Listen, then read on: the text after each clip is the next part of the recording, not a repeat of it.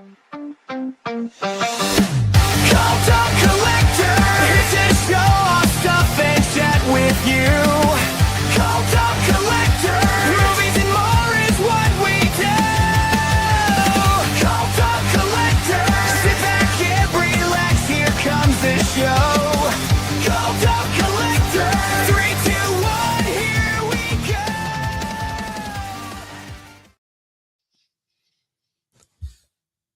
And we're back for another week. We're going to have a Western theme tonight, gentlemen. We are Laurenless tonight. She had an appointment run long and is not going to be able to hop on tonight, but that's okay. The dudes will suffice. I'm going to be a little sad that I don't get to play my Look What I Got Lauren game, but whatever. We'll do it next week. Oh, no. Here's our guest tonight, Mr. Gino Cuddy. Welcome in. We're going to do a Western theme in your honor. We hear that you are quite the Western man. So I think Mike maybe got one new thing. John got one new thing. I didn't get anything this week. If we just want to knock those out real quick, gentlemen, and then we'll hop right into this episode and get to know Gino a little more. Sounds good. Mike, you want to go first? Sure. Yeah, I need to do something real quick. I'm sorry about that. You're good. Oh, no, you're fine. Okay, this... I don't even know if this is out on the streets yet, but I had pre-ordered it from... Vinegar Syndrome. Oh, yeah. And it's sold out like... Oh, man, it's sold out real quick. So I ordered it, got it quick. I got it like quicker than I thought. And everything. They announced it, it sold out, and then next thing I know, I got it. But I got the 4K of The Great Silence. There you go. And, That's pretty nice. That's a nice looking box. I like that. Yeah. Yeah. It's like The art's Gino, so yeah, the art's really nice on this one. sorry, I didn't mean to jump in over top of him. You're fine, John. Well, hopefully Gino he'll be back at some point. He's having real bad internet issues, so we'll see what happens here. Anyways, it's got a booklet, and I watched it. It's pretty good. It's got a pretty good transfer. I mean, the Blu-ray that this is kind of based on that was out before looked really good. So, which is this one? I'm sorry, right I didn't follow you, Mike. There you go. Yeah. Yeah. So if you got this one by, yeah. I think, what is it? Film Movement did it. Yeah, I have that one, I believe. Yeah. Yeah, the 50th anniversary. So basically, that's what this is. With the same extras. I don't think there's anything new just to transfer. I think there might be one new item on there. I didn't go through the extras yet. I just watched the movie. Okay. But it's got really nice artwork. The case has a lot of art on it. It's got a pretty big booklet. But then previously there was the Eureka edition of it that came out a couple years ago. Yeah. I just wanted Spanish release. Yeah. Yeah, it's got the slip cover and everything, but it's got different stuff because it's Eureka. But basically the new one is based on Film Movement's previous Blu-ray and stuff. So I got that. I couldn't believe it sold out so quick. That's pretty impressive. I've been noticing a lot of Westerns. Like I know like Arrow did those 3 Clint Eastwoods. Oh yeah. They were gone. I was so mad. I could have sworn I purchased those. I got them. I was going to show them tonight. I was going to show them because those things went out quick too. I had to I know. Literally be fast on the trigger to order it. So yeah. I think I had them in my cart. I remember I went to the Arrow site and I had them in my cart, and I guess something just came up and I just went to do something, forgot all about them. In my head, I hit purchase. So everybody started getting theirs and showing them off. I was like, wait a minute. And I went back and I was like, no, never ordered it. I was like, you son of a bitch. Yeah. That's what I do too. It's kind of like the Amazon thing or eBay. You kind of put it in your cart and be like, yeah, I'll get that a couple weeks or something. I don't know. And then before you know it, it's like, yeah. So, and just to update you guys and everybody in the chat, Gino is trying his best to come back. Actually, I just messaged him to suggest maybe just use your phone tonight instead of trying on the computer. Maybe he'll get a better signal. if he just uses his phone. So hopefully he'll hop back in the backstage and John can bring him up when he's back. But we'll be watching for him. We were working on it backstage before the show, hoping it would work. But I guess I'm not. seeing all your comments there. I'm just trying to. I'll start putting them up on screen here, and I just was kind of waiting to see if Gino, because some of them are to him and things like that. So Yeah, definitely. we're seeing all your comments. We'll get them up there, and we'll get them up there as soon as Gino pops in. Yeah. But yeah, John, you said you got something. I know you got something badass. I'm kind of jealous. I didn't purchase this. I'm holding out hope for something though, but I'm very. I had no idea about that one. I just saw the picture of it. I don't think anybody knew how big it was going to be. I started seeing people show it in hand, and I was like, "Damn!" Well, like I said in my TikTok video, I usually don't buy things like this, but this is like a top 20 movie for me. So, and I've really been wanting to see the 4K because I've always been kind of disappointed in the Blu-ray transfer. I don't know, like some of my favorite films, the Blu-ray transfers are always disappointing. But this 4K transfer, I will say right off, is fantastic on both the movies. They're great. Oh, nice. It just adds just a slightly more of a dimension to the movie that just was lacking with the Blu-ray. Really, I guess kind of made me feel almost like seeing it in the theater again. But this is that. Oh, it's just so ridiculously big. Yeah, let me just go ahead and take it out of this. It's got a big outer slip, plastic slip. I guess a dust cover, if you want to call it that. Yeah, you probably gotta go to the full screen for that one, man. It won't fit in there. So Oh yeah. I better do that. So that's what she said. Yeah. If I can get it on here, and whoa, there we go. Oh, it's got like a lenticular. Yeah. It goes volume 2 to volume 1. Oh wow. And the picture on the back's not lenticular, but it's it's just amazing. I said that 100 times in the video. I said, this is amazing. Oh wow. That's like, is that bigger than like 8x10? It's like a little bit yeah, I don't know the exact. It looks about the size of that. That it looks like the same size they did for that Never Ending Story box that I got. That thing's and this, you pull it out. Oh wow. That's awesome. Is that based on the Lionsgate one? Because I got that 4K from Lionsgate when it came out last year. Yes, it is Lionsgate. It's, okay, cool. Yeah, it's Lionsgate. Sorry, what's the other one? And what's it? Imprint. Excuse me, my bad. Oh, okay. Yeah. It's like Imprint / Lionsgate. I don't know who's, but you got that on this side. Oh wow. That's very nice. Let me try to hold this stuff in here, but then Oh, that's cool. I think I forgot to show that off in my video. Oh man, Or may not even paid attention to it. Cult of Collectors exclusive right here. Yeah.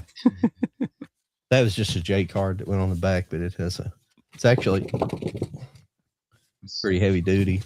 Were those numbered at all? Was it on that J card? Was there a number anywhere? I don't see one. Okay.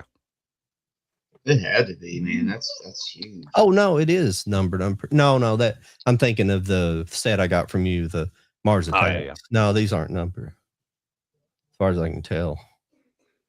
It's Imprint, Via Vision, and Lionsgate. Yeah. And you get that's with that. Mm-hmm. Sorry, I'll try to go through this quickly. I don't want to be on all night, but here's like this inner booklet. It comes. At first, I thought it had two of them, where one was yellow. I thought there was a red and a yellow, but there's just a yellow. But it's just a book of photography. Excuse me, I keep missing where it's so big. I can't, and I've got to keep the microphone close. So. There's some of these images are really good inside here. Oh yeah, that's nice. Yeah. Yeah, that's for like the true fan, diehard fan of the movies. Yeah. Yeah. I don't even want to ask how much it was. I would say it's pretty expensive, I would say. But yeah, it was. maybe It was literally like It was like a well, not a last second buy, but it was like an impulse buy that I should. It was, yeah, it's high, but it also comes with these. It's just straight up like photographic paper. Then they give you just a bunch of them. Yeah. Well, I guess it's not. Well, it's technically not photograph, but it's high quality printed paper. Yeah, looks like 8x10 glossies. Yeah. Like these, I said on that video that you could frame some of these and actually hang them on your walls. So I'll try to get through this. Boring, but this one was really cool. I like this shot a lot. Oh yeah. Yeah. Yeah, the colors and everything is just perfect. Yeah, that's a good one too.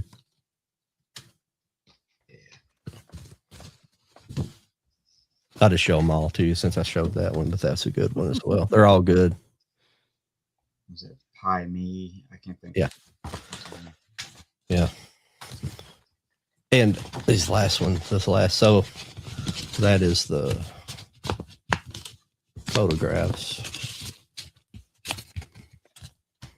And then it comes with four full-size posters. And I don't have to, I can't even open these up because they're literally the full size. I can only probably get just a little bit of them. But I won't go through all these. I don't want to be here all night doing this. Oh, Gino's back. I'm sorry. Yeah, I was going to let you finish before I let you know. Yeah, sorry, Gino. Again. I was showing off my thing here. And hey, no, I apologize for my horrible computer connection with this. You're good, buddy. But yeah, I'm all upset. These things, it's just big for this space. But you can see just like, oh wow, that's ridiculous. Dang. Yeah, you get four different ones. Yeah, I won't open them all back, but yeah, I saw you had a thing of David Carradine who's in that film. I have a friend who actually worked with David Carradine on a little production. It was the introduction to the film Nosferatu. Oh, nice. Yeah, because he introduced it, the typo negative version of it. Oh wow. Yeah. Oh yeah. Back in the day. That's cool. Yeah, that's real neat. I remember that. Yeah. Oh, I'd have to say that's the biggest poster I've ever seen in a set. But on the very bottom, I just have them laid out. I think I'm gonna keep them like that. Here's the actual boxes for the 4Ks, and I like that they did do kind of new artwork for the discs. Yeah. For the 4K disc, that's 4K. The other ones I think are similar to the Blu-rays. Even though I don't think that I said on my video, I don't think this one is the same as the normal Blu-ray set. I think that was a little bit different. There might be some different extras on there since it's the Australian release of it. Yeah. Not to pry, but how much did that set you back? A lot. $200. Wow. Yeah. I bet that's still not bad though. 50 of that was probably shipping. No, I got it through Amazon. Oh, did you? Yeah. Oh, nice. Now this is one of the posters, this artwork. And this one, I don't know if I'm sorry it's glaring so much. I'm trying to. There we go. I'm setting it up. But yeah, that poster. I don't know if that was a United States release poster or that's a foreign release like Chinese or Japanese release. I don't know. Well, didn't they just recently do the Whole Bloody Affair? Yes. Whole Bloody, that extended cut thing. Or yeah, they released that in the theaters, and we are going to get a physical media copy of that from Lionsgate. They announced that officially, finally, like I think last week. Well, see, I have a bootleg of the Japanese cut, and it's put together, and I don't know if it's longer though. That's the only thing but it's supposed to be the Japanese cut, and it's a bootleg. It looks real good though, but I wonder if it's the same. I don't know, maybe I went to the theater and saw it when they did the re-release of the Whole Bloody Affair. It was cool. I mean, it was, thank God there was an intermission, but it was good. Mm. Yeah. I got to go to Nashville and see the Hateful Eight when they did the road show of Oh yeah, Hateful Eight, and they had an intermission and all that. It was pretty cool. that's awesome. That's awesome. Yeah. Well, I think I yeah. know I didn't get anything. That was the one thing Mike and the one thing John had. So we can just dive into this Western night. So Gino, welcome. It's good to have you on. You being here shows the chat that all you gotta do is chime in and we'll invite you on. So you were in our chat in a previous episode and started talking and we had you come on over. So it's good to have you. How are you doing this evening? Doing a lot better now that I'm using the cell phone instead of my laptop. You're coming crystal clear now, buddy. You look better, you sound better, everything's great now. Thank you. I'm doing all right for the most part. As far as something that I got recently, I mean, I don't know if I'm allowed to chime in here. Absolutely. But something that I got recently, it's not something new or anything, but it's the War Gods collection from Retro Media and Image Entertainment. And I got this purely for one film. And if I could get it out, this is making for a great live television here. I have those all the time. You just got to shake the hell out of them. Well, I'll just show because the cover's on the back. I got it. There you go. Purely for the Magic Voyage of Sinbad, which I've been on a bit of a Sinbad movie kick lately, and as of yesterday, I was able to secure enough funds. I think I see because I'm on the cell phone and I could see very small, like little thumbnails, but I believe I see Malcolm is watching. Hello, Malcolm. Because I recognize his profile picture. Yeah, as I was saying, I'm on a Sinbad film kick. And so they're on their way to me from all the way in the UK. And but for now, for a placeholder, I'll show my wonderful VHS editions of the Ray Harryhausen Sinbad film. Oh, there you go. Beautiful. Yeah. Because I just watched this for the first time on this tape because these are the only editions I have for these. Sorry, everybody. I'm an old man. I haven't updated. You know, heck no. There's no shame in VHS. So I finally watched Seventh Voyage for the first time, and I fell in love with it. Being a fan of the Sinbad the Sailor stories as a kid, and just recently having reread them, you know, big Sinbad kick that I'm on. So yeah, I had to pick this up just for Magic Voyage, which technically isn't really a Sinbad film. It was really a Russian film, like a Russian opera that was redubbed in America into a Sinbad film, but it still works as a Sinbad film, I think.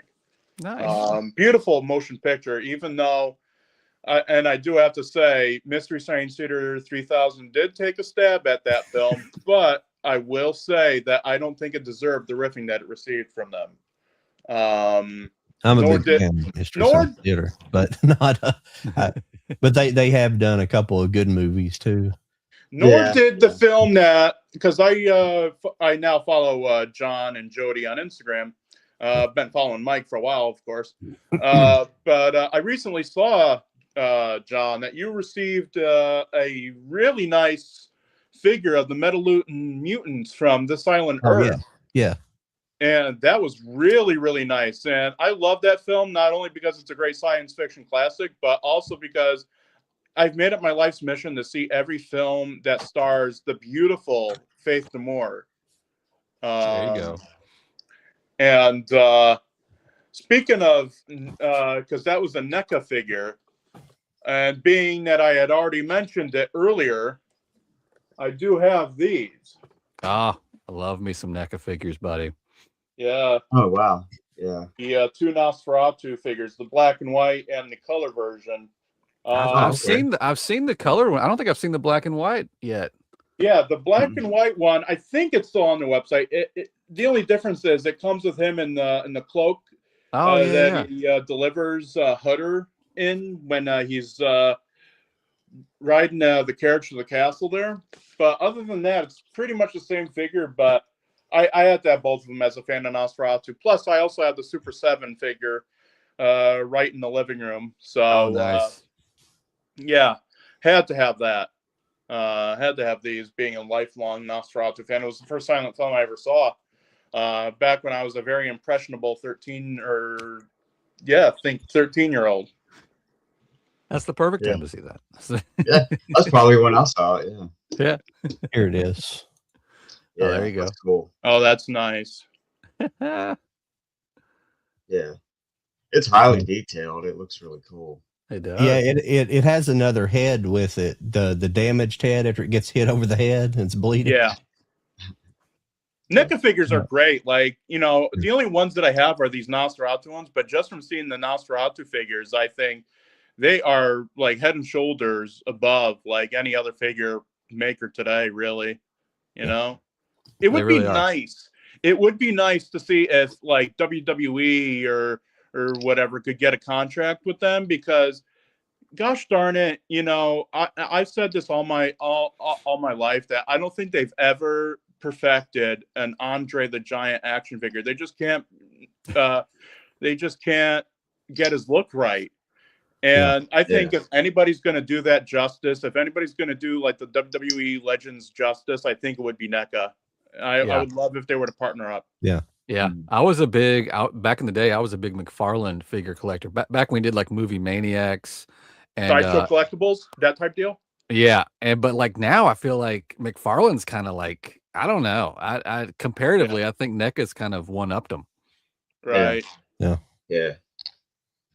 NECA's really really nice. And Yeah, I just got lucky. I didn't get very McFarlane's back then. Yeah. I just never. I don't know. I just got lucky and found that. I was at Myers one day, and I was actually looking for some screen cleaner for my TV, and they're like the section where they have those kind of toys, or is in like their media area for some reason. And yeah, it's the same at at Walmart. like, you got to be kidding me. It was like a NECA figure. I mean, I'm a NECA. novice when it comes to toy collecting, but I didn't know NECA sold their stuff in stores. I thought that they were purely like you order online and you get it that way. Oh no, they've got a distribution with Walmart and Target. Yeah, that's right. Didn't they put out a King Kong? Oh yeah, I'm sure. Yeah. I got a bunch of the Universal, monster ones. I think I got those. Most of them at Target. Dracula and Phantom of the Opera or something like that. Yeah. That's cool. Well, tell us a little bit about yourself, Gino. I don't know a lot. I know you and Mike have been, I believe, a little bit of buddy for a while. But fill us all in. Tell us about your background and all the fun stuff. All right. Well, I'm a film historian. I'm also a writer. I've written numerous movie reviews and articles. Actually, it's a small world because I couldn't help but notice on Instagram that John, our captain here, he actually follows my old alma mater, Cinema Crazed. Nice. I've written for them in the past with a column called Western Wednesdays before I moved on to my own blog, which I write sporadically for, and I know I should write more, but my ADHD doesn't permit that, unfortunately. Oh, yeah. But I'm also a television personality and producer. I produce at the public access level. I produce 2 programs. One is currently in production. It's called Sunset Cuddy 6-Gun Theater, which is basically a program where I host and discuss vintage silent and B westerns from the silent era, the 30s, 40s, and into the 50s. That's going to be starting production soon. But I'm also going to be starting up another program called Cartooning with Cuddy, where I show people how to draw cartoons, because that's also a passion of mine. And given that our network is, it has a heavy emphasis on political and religious themed programs, you got variety is the spice of life. And I figured that, I'd share my passion for the arts with the people of this rather desolate cultural wasteland that I call Middletown, Connecticut. So yeah, film historian, film writer, critic, television producer and personality. I'm also a film archivist. I've archived like over 100 plus films and feature films and shorts and stuff online on a channel called Gino's House of Rare Films. And I am currently, speaking of Westerns, and we're going to get into it, I'm currently working with my friend Eric Grayson, who is probably most well known for restoring a lost Boris Karloff serial called King of the Congo. I'm going to be working with him on a Blu-ray of the William S. Hart film Tumbleweeds, which recently celebrated its 100th anniversary. Oh, nice. So as far as genres of films that I love, people primarily know me as the Westerns guy, and I don't mind that. I don't mind being known as the Westerns guy, as I'm sure Mike doesn't mind being known as the Westerns guy. Yeah. It's just something that, we have a deep-seated passion for. We're not gonna have a East Coast, West Coast kind of thing, are we? Like rap, like who's the better known for Westerns? So since I'm the more rotund of the two of us, Mike, I guess I'm the Biggie Smalls and you're the Tupac Shakur. That's kind of what I was thinking. Yeah, that's kind of what I was picturing. I'll just stay in the back seat this time. Not get front, so visible. Well, I think Gino's location. I won't say where it is, but I think it's more of a north versus south. Yeah, it might be something like that. It's kind of like. Which I don't know if that's a good thing or not, but which I understand. Thinking about it, now it is really bizarre that a city slicker such as myself, being from this part of the world and this part of the country specifically, is really into these Westerns. Like, I really think I should have been born and raised on a farm, Yeah. with some of these interests that I have. So I actually brought out a whole bunch of stuff to show. Heck yeah. So let's start at the very beginning of cinema with probably my favorite of the silent Western superstars. And now that I'm thinking about this guy, I also do a podcast. I'm also a podcaster. Oh, nice. I do the Heart to Heart William S. Hart podcast with my friends Clive Davis and Nick Sheehan, and that is released monthly. And speaking of William S. Hart, he was. Yeah, I was going to say. Oh, sorry, Gino. I was going to say it's on Spotify actually, and it's really good, especially if you're following. I'll have to check that out for sure. Yeah, if you're following that William S. Hart's career, it's kind of a cool checklist. You can they're kind of running down the line of them. Some of them are lost, completely gone, so they can just talk about it. But then, but yeah, it's pretty cool. You can catch it on Spotify. That's where at least that's where I catch it. Yeah, that real old stuff. If it's got lucky, it's to survive fires and things like that. There's been tons of things lost from warehouse fires and storage facility fires in Los Angeles and other places. Yeah.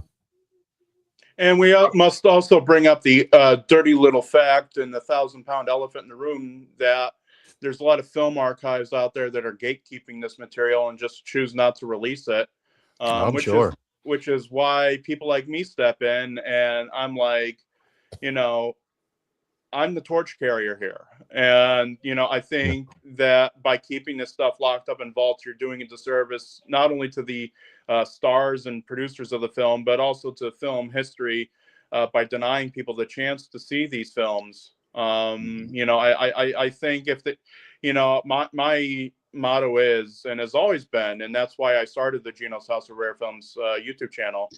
And that motto is if it was originally meant for public consumption, it should stay within the public consciousness. It shouldn't, be locked away in like some cabinet in some like cabinet somewhere, or where no eyes ever get to see it again. So dirty basement somewhere. Like they pass on, and like if they're lucky, the stuff Yeah. that we donated to like a museum, like Gino, before we college. get showing stuff off here, I apologize. I'm gonna kind of go through some of these comments and things. Oh yeah, I've been seeing the chat's been rattling off the whole time. I apologize to We can everybody. catch up with them real quick. I don't like to interrupt when we have guests. No, you're fine. You're fine. I can't even see the comments because I the don't like to interrupt with bringing up the chat. It's the same way on my screen. The comments kind of go away, but John can bring them up bigger. Yeah. Some of them just comment. Some when they have question marks, I try to look at them. So making King of Comedy 2. Somebody's making a. Hang on a second. Let me catch. Oh, here we go. Spoilers for Kill Bill. That's funny. Helen thanks. Yeah, thanks for being here, everybody. Acres of Movies. That's Stacy, I believe. Favorite thriller of 2020. Okay, she's asking what her favorite thriller of the 2020. We will probably not talk about that too much this evening. We're doing westerns, so. But any other time, we'll be happy to answer. Stacy always comes in here with the hard questions. She loves casting questions. Spoilers for Kill Bill. Check out some hardcore ones. Oh, did I already get that one? Let's see. Would you like a Villeneuve to reboot Hemlock Grove? I don't know that. Told you. Yeah, that's her kind of forte.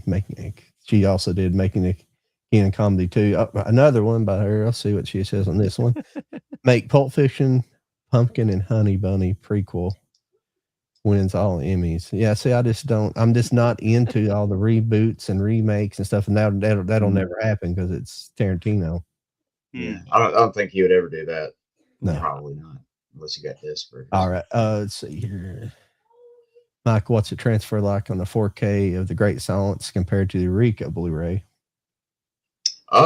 It's pretty good. It's a little sharper. I mean, it wasn't like a big super restoration of it. They, you know what I mean? I think they did maybe an upgrading of it. However, they're doing those digital transfers and stuff. But I've heard some different comments on other people, but I try not to listen to other people, but to me, it looks really good. It looks sharp. I mean, the Blu-ray looks really good too. So, so if you end up not getting it, it's like, it's not that bad. You know what I mean? It's not that bad for her. That makes sense. I don't know. When I go in to look at 4K, sometimes I miss stuff that other people nitpick over, and it's like, you know what I mean? I look for certain things, I don't want it to be over, what do you call it, over DNR'd and just stuff like that. And it looks pretty balanced with grain and, and everything. And I don't know if that helped or not, Mike, but I'll have to tell you more about it later. I'll look at it. I need to look at the old one and see. Yeah. Another day.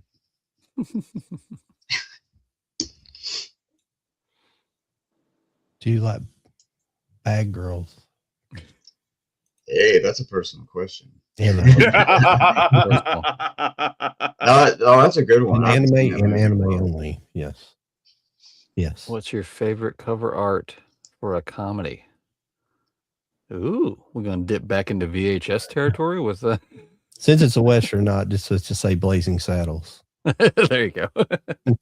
We're going to change your question.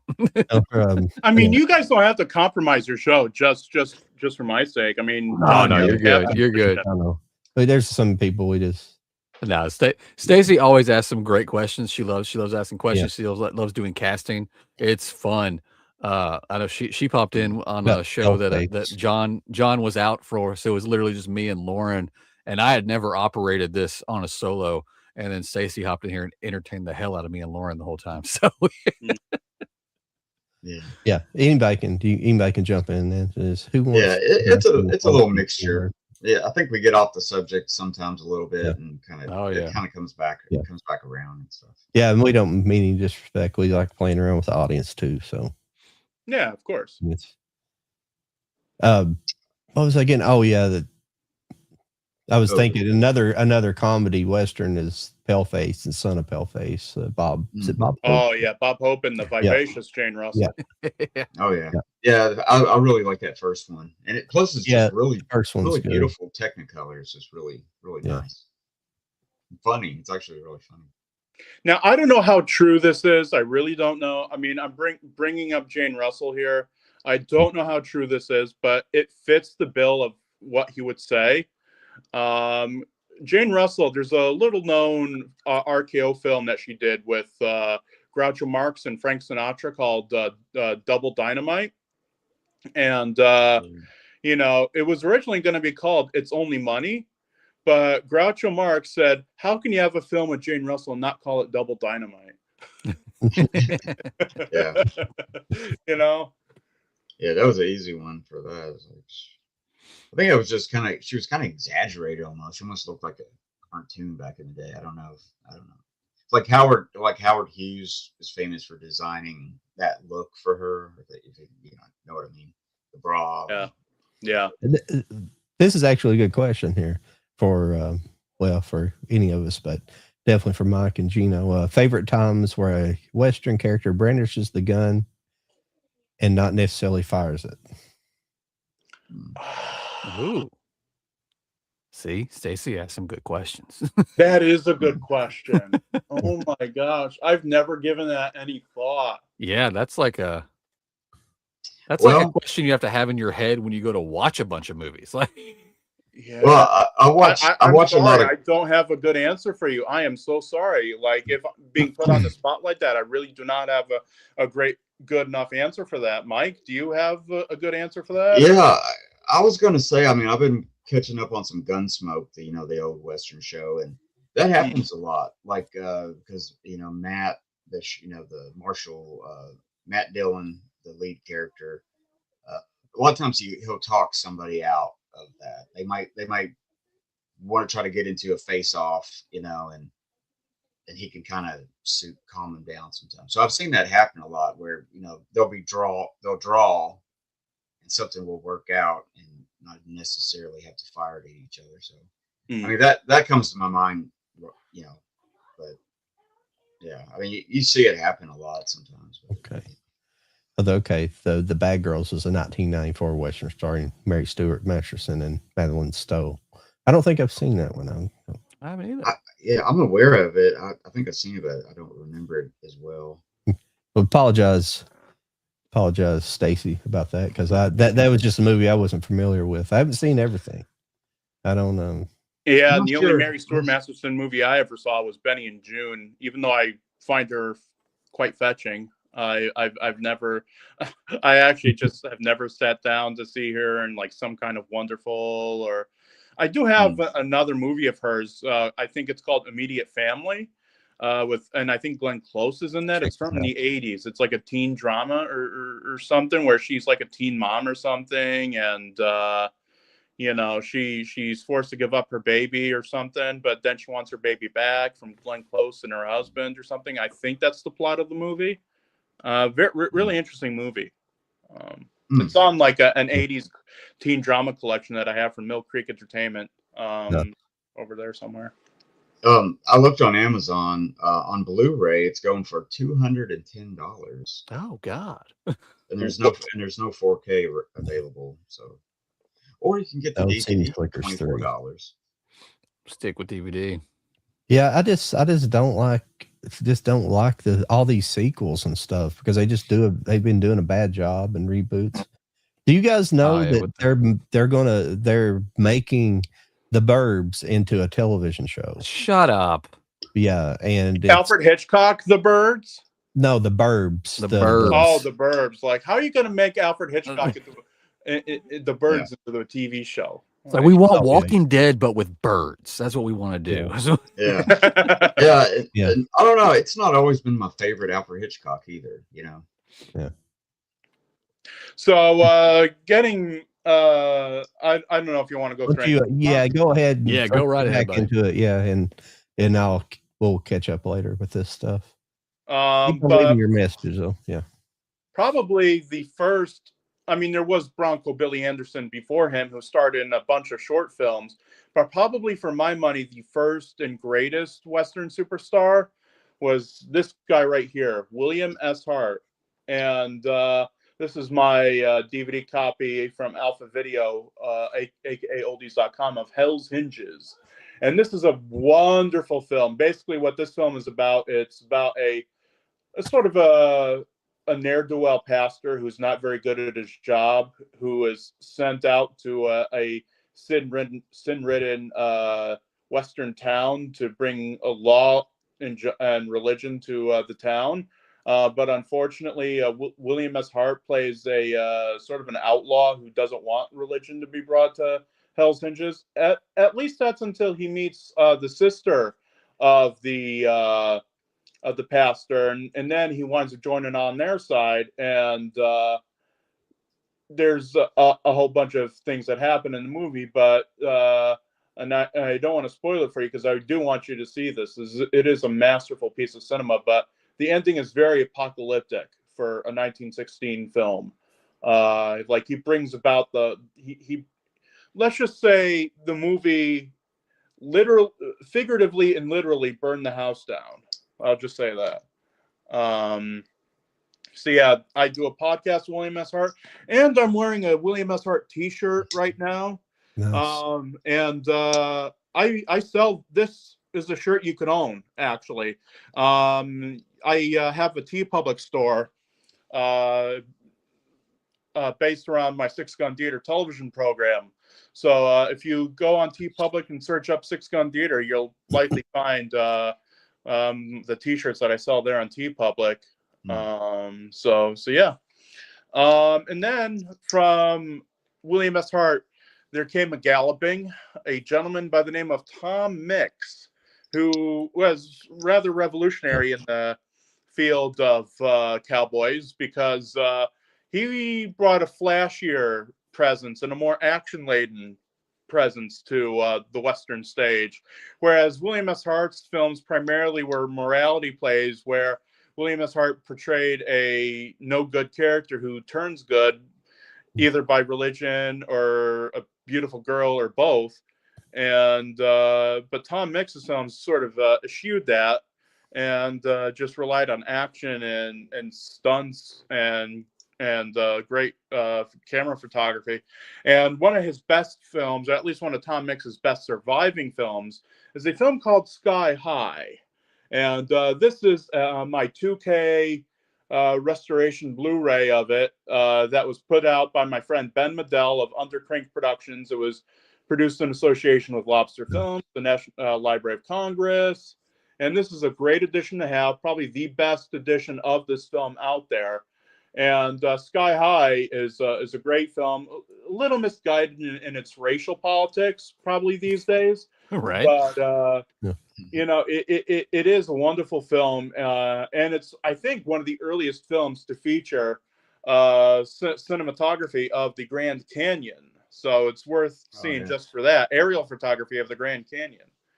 Wasn't his horse like kind of famous too? He had a famous horse, wasn't it Tony or something? Tony, yes. See, Mike knows his history. Well, like I know a little bit, but his horse was almost as famous as he was, or something back then. Like Trigger. Yeah, like Trigger and stuff. He was like the first famous horse, you know. And of course, from there we get other screen cowboys. Two of my other favorite cowboys from the silent era that actually wound up making the successful transition into the sound era was a fellow by the name of Hoot Gibson. This is Hoot Gibson, and this is my Grapevine Video Blu-ray 2K restoration of the film Chip of the Flying U, which was a Universal Jewel. And Universal Jewels were basically higher echelon films that Universal put out with where they pulled out all the stops. And Hoot Gibson was a rodeo star, and he was different from the pack in that he, well, not traditionally a handsome cowboy, he did nevertheless he did nevertheless do a lot of great fighting, a lot of great stunt work. And one thing that he did was he put a lot of comedy into his films. Like one of my favorite Hoot Gibson films is a film called The Hard Hombre from 1931. It's an Allied Pictures joint that M.H. Hoffman put out. And basically what that film's about is Hoot Gibson plays Peaceful Patton, a peaceful character who's sent to work on a senorita's ranch, and the senorita being played by who was purportedly one of Hitler's favorite actresses, Lena Basket. And so he goes to work for her ranch, and in order to be taken seriously by all of the other ranchmen that surround the area, he takes on the identity of a lookalike outlaw by the name of the Hard Hombre. And it's a really great, funny movie. They're a great cast too. If you really know your film history, like blink and you'll miss her.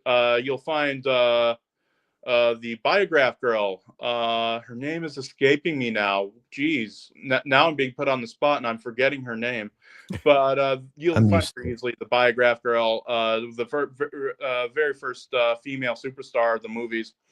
And she's in it. Lena Basket, of course, who was at one time Mrs. Jack Warner of Warner Brothers. She was in it. So yeah, Hoot Gibson, another one of my favorites.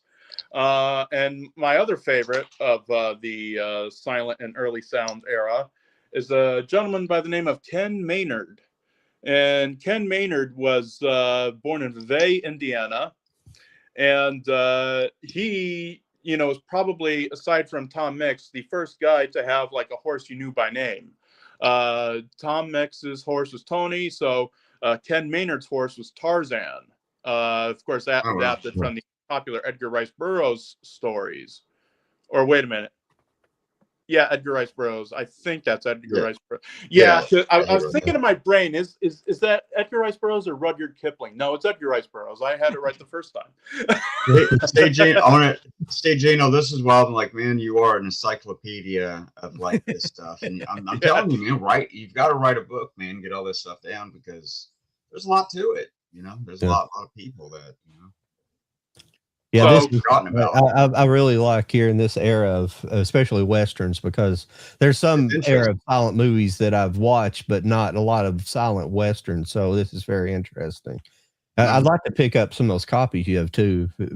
When you have a chance one of these days, you might send me a link or where I can find some of those archives. Oh, of course. I'm always more than happy to send links to people like you. I'm always more than happy to have companies like Grapevine Video and Alpha Video and my friend Ben Medell get more business, because I think that, well, people like to take I got to, go on my soapbox here for just a brief minute here and just say, well, people and cinephiles like, these rather elitist cinephiles like to take pot shots at Alpha Video for their picture quality.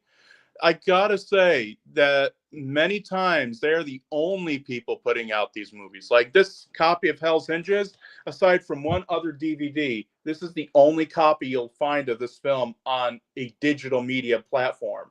Like it's not on Blu-ray, it's not on 4K or 2K or any sort of a K. So it's like, Alpha Video, they're the champions. Them, Grapevine Video. Sinister Cinema, who I also have some DVDs from. Big tip of the hat to Greg Luce over there, who's been running that company for nigh on 40 years, I think, at this point. Oh, well. Yeah, it's been around forever. And, of course, there's a few cowboys that everybody knows. And those cowboys, of course, are the good old Roy Rogers, who this is actually a DVD set of some choice select films from Roy's library of films, where he, Dale, Evans, his wife, and oftentimes guys like Pat Buttram and Gene Autry introduced these films. So it's really a great DVD set to have. And some of these films are in color. And of course, Roy is one of my favorite cowboy stars. Didn't initially start out as one of my favorites, though, but he eventually grew to become one of my favorites over time. And he and Dale were like the Western version of like a Fred Astaire and Ginger Rogers. Like they were the Western silver screen power couple of their day.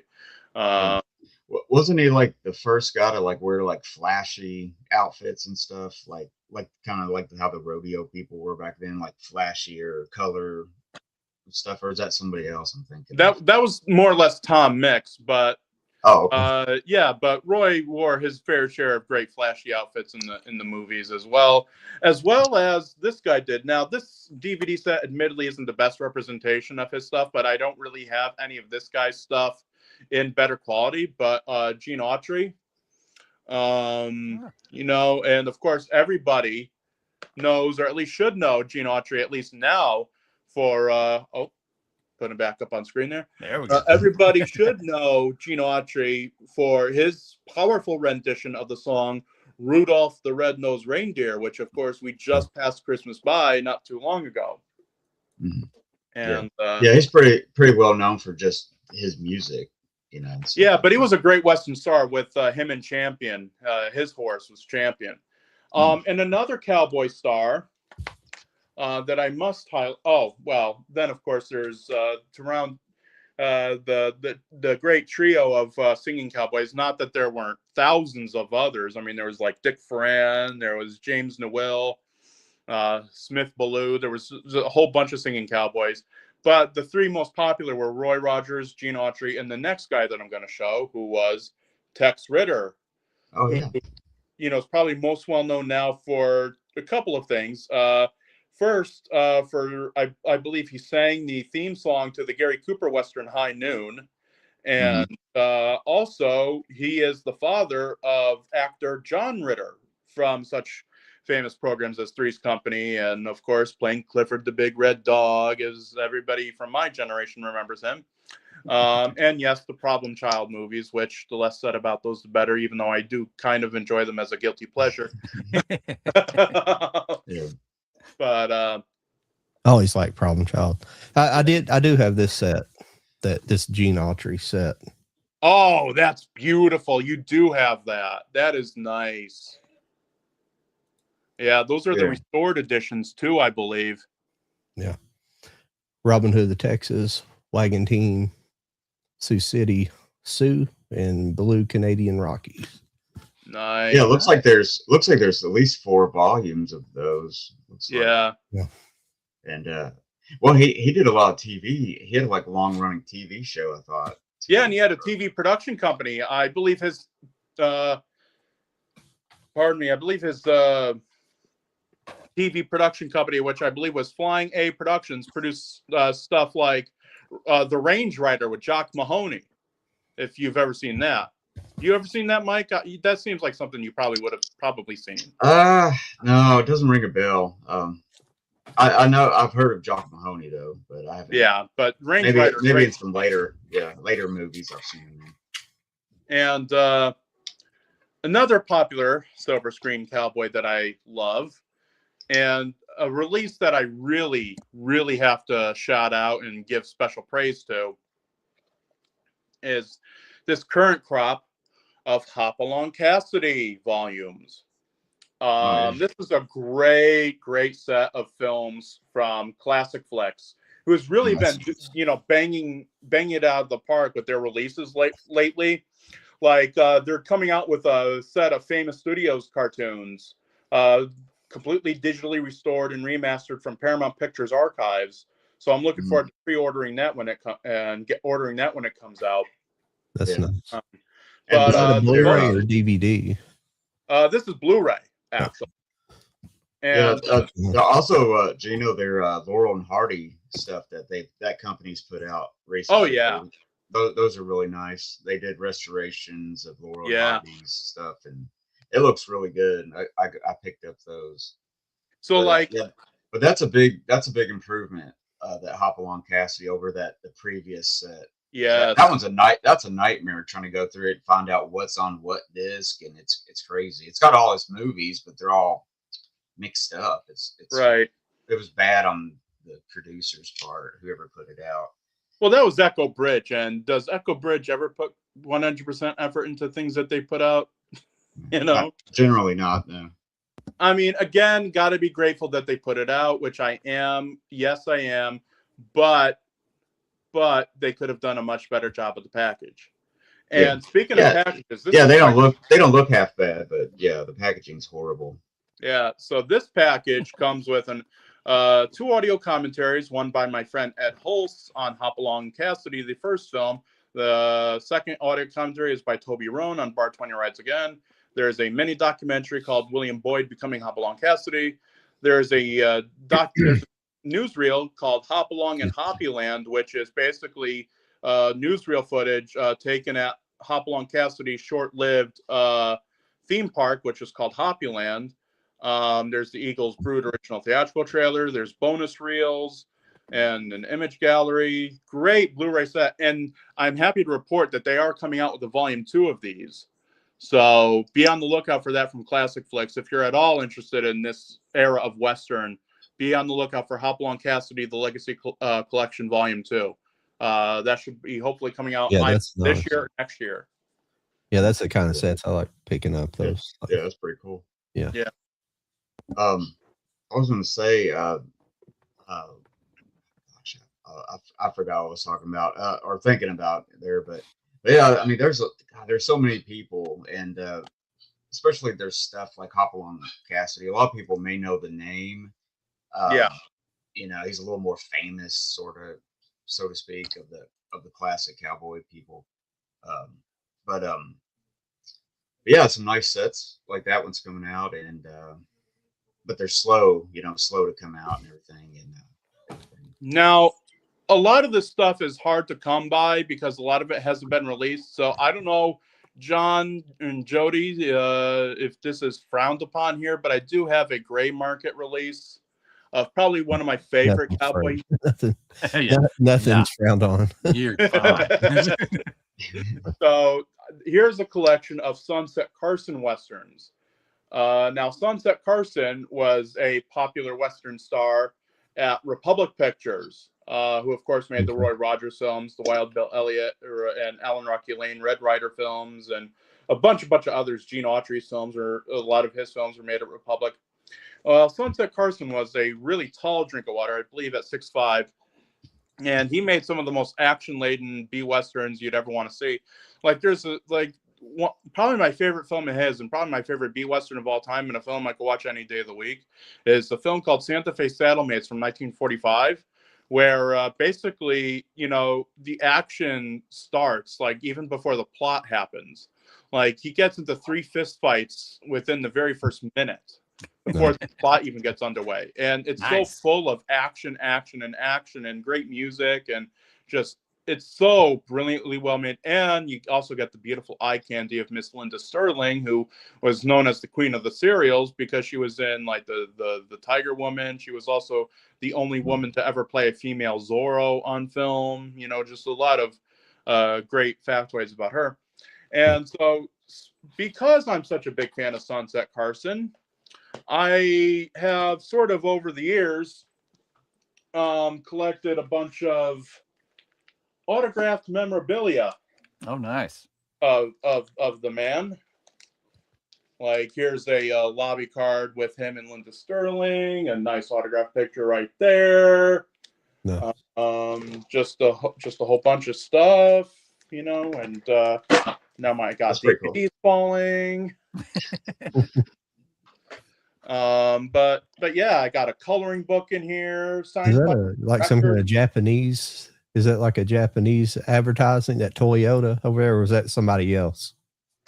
Seeing Toyota at the bottom of one of your pictures there.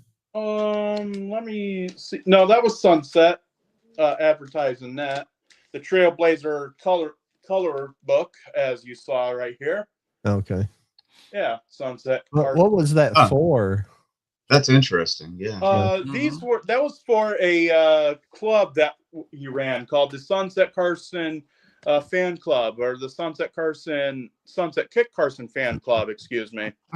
And he was a great straight shooter as well. He would perform for kings and monarchs all over the world and do charity shows. And he is the reason why I do Six Gun Theater, because in the 1980s, he ran a television program called Six Gun Heroes, where he hosted a bunch of old B-Westerns from the 1930s and 40s and such. And that directly inspired what I do now at Sunset Cuddy. And that's why I call myself Sunset Cuddy, is because of him. And I even stole his theme song, which is now, since I've been doing it so long, is now basically my theme song. I don't know if you'd necessarily call that cultural appropriation, but there you go. But you know, but I picked up this set. I don't know if anybody got this. This is the Definitive Western TV, the Definitive TV Western collection. It says with the wooden box. Episodes. Yeah. Oh, wow. I have that, and I love that set to death. Yeah. Oh, that's cool. Yeah, it's one of those sets like this, so it's got that. It's just those little sleeves, and it's not bad. I think these are. Yeah, they're all individual flipper discs, we call them. Yeah, but that's cool that you have stuff like that all together. Is pretty awesome. Regardless. Yeah, that's what and this scrapbook that I'm starting to build over here, the scrapbook that I'm building of Sunset Carson and a bunch of other things that I have related to him. My plan is, and I don't know if my family will adhere to my wishes when I, pardon me, pass away, but my plans with this stuff are to have a go to his family, like either his daughter or you know, his nephews or whatever. When I pass away, I want that stuff to go to his family, so that they can have it in their collection. Nice. Because I don't know how much of, you know, his stuff that they even have, you know, so. But yeah, that's pretty nice. Yeah, pretty nice to be able to pass it along to somebody like my collection. I don't know. Like I was just thinking a while back that I had a kidney transplant, and you know, before all that, you know, you kind of have to think about that if in case you don't get one, and you have to think, you know, what you want to do. And I was like, I kept thinking about it. I was like, if it gets to the point where I'm not going to make it, which I was far off from that, but I was like, well, I'm just going to give it to Mike, all my stuff to Mike. Hang on, really? wait a minute. Hey. now Well, thank you, John. yeah, I mean, well, John, My if wife you don't would mind kill me, asking, though. you got a house or an apartment? I live here with my parents. They got a big house, here, and it's 2 stories. I live upstairs. So, well, you could convert it into maybe a video store. Yeah, there you go. There you go. I like where I you're don't going have with to that. worry about so much now, but Well, John, though, if anything happens to me, John, I'll send my offense, Jody, or nothing. It's just at that time we weren't doing the show or nothing, so I'd have to split it up, I guess. No, Yeah. I think I'm the closest to you, so I'll beat everybody there, and I'll just go through it. And get what I want. Oh yeah, Mike's a little closer. Mike's a little closer. He's in town area. Yeah, Louisville. I'd have to go south. Well, yeah, I always think like you're only like an hour and a half away from me. Yeah, I always think that area is like below us when it's actually you don't have to fight over it. I can split it up. Yeah, we better start putting names with Post-its on it now. Yeah. Yeah, we have to make a pact. Whoever dies, we have to send just massive stuff to each. Well, y'all just be ready. My wife's already told me if I die, everything's 50 cents. So get ready, y'all. Shit. Yeah, that's the reason. If my parents had to sell this off, they get ripped off so hard. Yeah, they would get lowballed. People who don't know this territory would get so lowballed. Yeah. Oh yeah. Well, I mean, you're probably going to get. You're going to lose your ass on it no matter what. But yeah, that's why I don't have any interest, because in the early days I probably sold a few things. So like around here they have these places called half price books and stuff, and they're probably the best about paying you, and they just don't pay anything. I haven't even tried to sell anything in over a decade probably, and it's probably nothing now. They probably give you a quarter for a Blu-ray or something. Yeah, it's sad. I mean, I've done it, and I've just really just put it back in. I'll find something and just kind of use it as in store.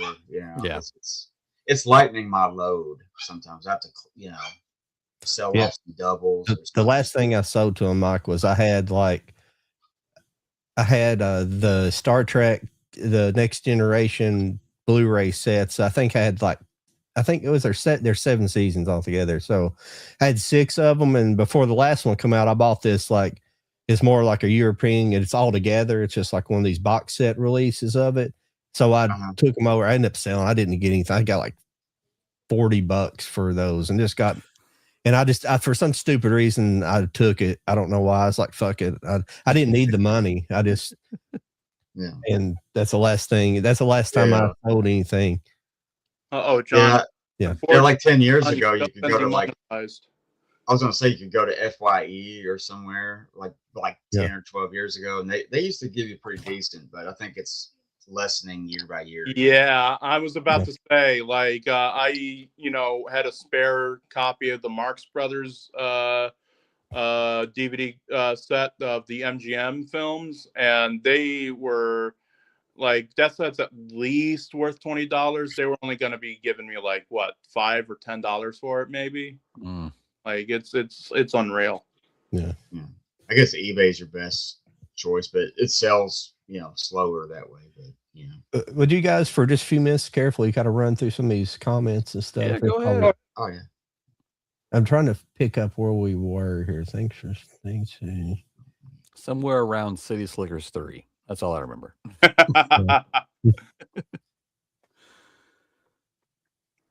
Trying to figure it out here. So, yeah, somebody said top 5 Randolph Scott Westerns. So I haven't got to that yet. Mine are probably those Bud Bedecker ones. Those are some great Randolph Scott, and Ride the High Country. That's another great Randolph Scott movie. Yeah. Yeah. Now, going back to his earlier career, that might be better answered by Gino, because I know maybe a couple, but I'm not real versed when you get past the 40s. The 50s really get in the 40s. Even though I love those eras, but because I know like film noir at 40s and other movies 30s, for some reason I've never dove into westerns, even though I really like westerns. I just never dove heavy into like 40s, 30s, and 40s westerns that much. Yeah. Well, like me, like I always thought like mine for the longest time started at like 1939, like Stagecoach, and then kind of went up. Yeah. But I've slowly been discovering more and more stuff, which is really cool, from 30s and on, down, 20s and on. Well, there's nothing like having your mind blown by like a silent movie. It's what's crazy. Yeah. Because I never thought about it until I got the John Ford this big box set, and it had some of his silent on there. Yeah. And it was cool. It was like the Iron Horse he did and stuff like that. It was pretty cool. I think this is around where we were. Which Zane Grey Western stories you want to see as movies? Zane Grey. Okay. Yeah, Zane Grey was like kind of like what do you call it? Like a Louis L'Amour, or somebody that wrote like I guess they call like pulp comics or something like that. Yeah, like pulp books, something. Yeah, books and stuff. And they were really popular, and they turned a lot of movies in from the books and stuff. Gene might have hit the wrong button there. When Django drags a coffin in the opening of the film, I might have missed something up here. We may have been talking about something else. No, there was City Slickers 3, so I'm right where I should be. I don't know what we were talking about. I don't know if it was about the. I apologize. That's the only problem with getting behind in the.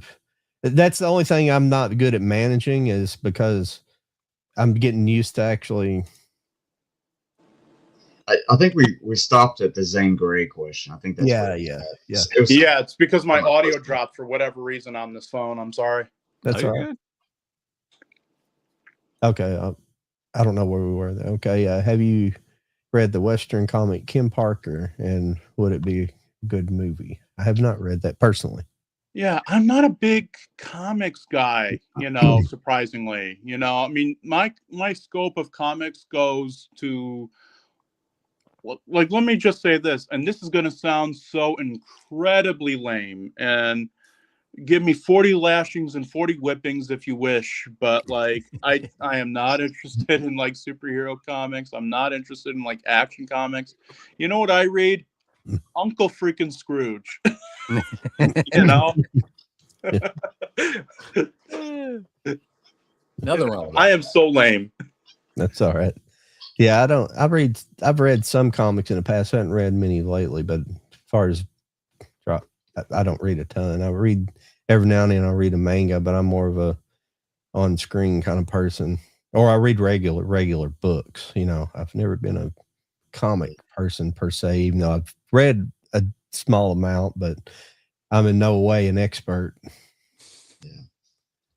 Yeah, I'll try to read books, and I'll start on them, and I'll put them down and end up buying another one, like biographies and stuff like that. And I'm bad about that, but Oh, I brought something here. I thought maybe Gino, and I don't know if I won't get in trouble for showing this on TV.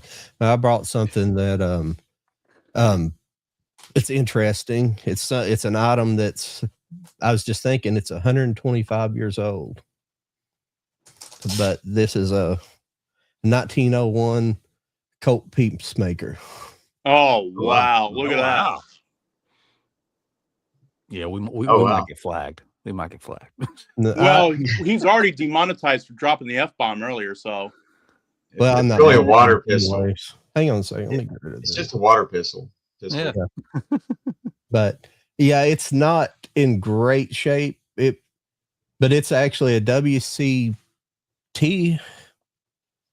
It's a special gun, and my dad had it, and he don't know how he got it. He used to own a Napa auto parts store, and sometimes people would trade him stuff for, you know, if they owed money for parts or something they put on. And he don't know if my grandfather got this somehow, but It looks like it's in pretty decent shape, though. It looks. It is mechanically, it's all right. It's hard to tell, but somebody tried to chrome it and not nickel. Nickel's technically what you use to get the chrome finish, but they actually chromed it. It's really rough, and it's barely illegal because you can only barely make out the numbers right here. It's got 3 numbers here, and it don't have any more serial numbers on it at all. But I took it to a gun store, and but you can barely see. I don't know if it's original handles. It's got eagles on the handles. The gun is definitely a W. You can barely make it out here. Yeah. Now this is WCF, excuse me. My bad. Hadn't looked at it in a while, but it's a 4440. It's not a 45. And that, you know, the significance of a 4440, Gino? You know, as much as a Western fan as I am, I'm not really a gun enthusiast. So go ahead, tell me. The 4440, you could do this with a 45. So I don't know what was significant about the 4440, but they made this to pair up with back in the day, they made it to pair up with a, now the 4440 goes back to the Old West days too, but it's made to be paired up with a repeater rifle, and it allowed you to carry a 4440 pistol and a 4440 repeating rifle, and you only had to carry one gun belt, and you only had to carry one type of ammo, so you didn't have to have like 45 45 long Colt for your pistol and something different for your rifle. And of course, those early repeating rifles were, they were a pistol round. They weren't like a rifle round. And even though I'm sure you could probably get it like a 30-30 at some point back in the day. Yeah. But they said the Winchester rifle won the West. That was their motto, like the gun that won the West. So. Do you know I'm kind of curious to know if that gun is even still in action. Like, when was the last time it was fired? Do you know? Or like, I fired it several years. It's probably been about 10 years ago when I first got it. I bought some ammo for it, and it fires fine. I don't want to shoot it much just because of its age, and The thing is I have a 45 AU Birdie, a replica Colt, which the AU Birdie is an Italian company, but they make they have like the exact blueprints and patents from Colt, and they make exact replicas. Mm-hmm. And the reason I don't want to shoot that one is it's a little dangerous because it's not for me, but it's dangerous in the regards of a modern single action gun, the modern, like a Colt or something. If you buy a new gun, like when you put it in the half cock position, it pulls a piece of metal up in between the firing pin or a place where the hammer would fall in case it falls in while you're trying to load it when it goes off. And that gun doesn't have that. It's just like if the action is kind of loose in between that. So if you touch the trigger on accident and the hammer drops in half cock, it could fire on you. Oh, wow. Yeah. So yeah. I guess you would say, I've seen that in movies, like old Westerns or something. And like, they'll be like, oh, and they drop it and they shoot themselves or, something. So that's probably. Other than that, the single actions are pretty safe. That's why you could twirl it, because once it's when the hammer's down, it's not going to go off. You can, it's not like a double action revolver where you pull the trigger and it pulls the hammer and drops it. Once you have to manually pull a single action with your between each shot. So yeah, that's interesting. Yeah. Hang on, guys. I'll be right back. All right. Yeah. But yeah, that was interesting, but I don't know if it's one of those things I debate if I would really want to get it like maybe restored, or if it would just completely destroy the value of it, because it's already been destroyed by whoever tried to chrome it. It's still probably worth, I don't know, it's probably worth $500 or something. I don't know. It might be worth more. It's not worth a ton of money like you would think, but but it'd be nice to have it nickeled. It'd have it stripped and nickeled and completely went through by an expert and completely rebuilt correctly. It'd be nice to do that. Yeah, but sometimes that's something might cost more than what it might end up being worth. Yeah. It might be like worth 1,000 or something. I don't know. I don't know. I don't. I'm into interest in selling it. It's not like $100,000 gun or something stupid like that. It's nothing like that. I'm sure there's guns of that era that are worth that are really good shape. And now the type of gun being the rarity, but it's just so rough. It's not worth, because one of my old friends I grew up with, his dad actually, he works at like an antique firearms place. And that's who I took it to. And then they got looking at it. Oh, I think this gun's illegal. And then he looked on the bottom and seen the 3 numbers. He said, yeah, this is barely legal. It's because you usually have 2 sets of serial numbers on them. You have one on the front. Looks like one side's been filed off. Looks like somebody, you couldn't see it in there, but it's got scratches where the other serial number would be. And looks like that might be why they chromed it to chrome over where they had done that. So that could have been somebody could have been murdered with that gun. Who knows? He just towed around a crime scene gun. Yeah, John, you should take it to like a gun when they have the gun shows up in. I know Louisville at the Expo Center. They do that a lot. Yeah, but no, I won't. You shouldn't get flagged if people shoot guns on YouTube. I don't know about Instagram or nothing. I don't know what their rules are. We haven't been turned off yet, so. No, but I'm not monetized on YouTube, so it don't matter if I got flagged or not. Dinged or anything. Yeah. But yeah, people have guns where they demonstrate guns and stuff. What I'd like to have is I have a 30-30. I have a 30-30 Henry repeating rifle. What I'd like to have is like the old Steve McQueen style gun from. Is that from? I always forget. Is it Have Gun Will Travel, or is it which one? I would Wanted Dead or Alive. Lost Dead or Alive, where he had the little short barreled rifle. Oh yeah, because Henry sells those. They make those guns with the big loop on it, like the big loop, and it's the short barreled rifle, almost like a pit. It's like a Oh yeah, the Rifleman had a similar one like Yeah, that. right. Yeah. But but they sell one that's they sell like the traditional like 45s and stuff. They have a 44 Magnum version. I'd love to have that one. A little bit more to it than a 45. But Yeah, I just don't. I'm just not a big gun nut. I have some, but I'm just not.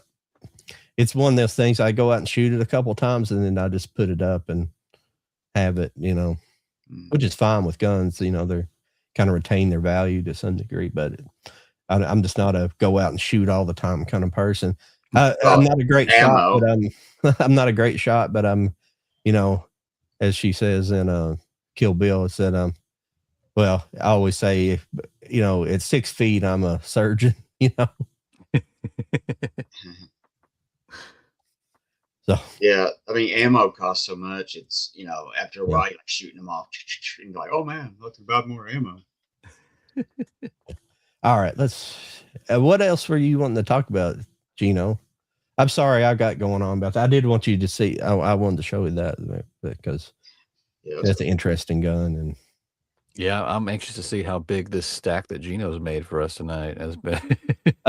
Does anybody? Because I have a big stack of stuff. I don't know if we wanting to kind of show stuff off and just talk about it a little bit. Like, I don't. We definitely can.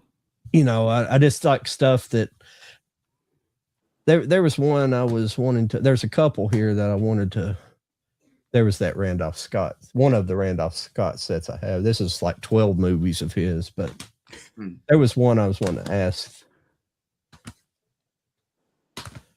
Yeah, I had a couple of Kinos I picked up. Oh, I see it there. I might show those later. Oh, this is this one. Where did I not pick it up? There it is. But this one here has I've talked about it before, but it probably has the most disturbing off-scene torture scenes that ever was in a movie. That's disturbing, the final product of it. You don't really see it happening, but this is Duel at Diablo. Oh yeah, that's pretty good. So, yes, yeah, James Gardner. Yeah, Sidney Poitier. Sorry about that. Yeah, but this has Dennis. What's his Dennis Weaver? Yeah, Dennis Weaver. The rich Dennis Weaver. With so many people, when you talk about Gunsmoke, they do not know Dennis Weaver. They always know James Arness. Yeah, no, they know him. But as far as deputy, the deputy goes, everybody knows what's it second? Chester, and then the second one, Festus. Yeah, Festus. Everybody knows Festus, but nobody knows Chester, and Chester's the original on there for the first, I don't know how many seasons, 5 or 6 at least, isn't he? I think he was on there for like 8 or 9, 8 seasons, I think it was. Yeah, everybody knows him, but Dennis Weaver on it, he's like a kind of a wife. He's like a wife beater. He didn't like he left his wife, but he's just an asshole in the movie. His character is just like a complete asshole. And eventually they get into a big fight. The gun,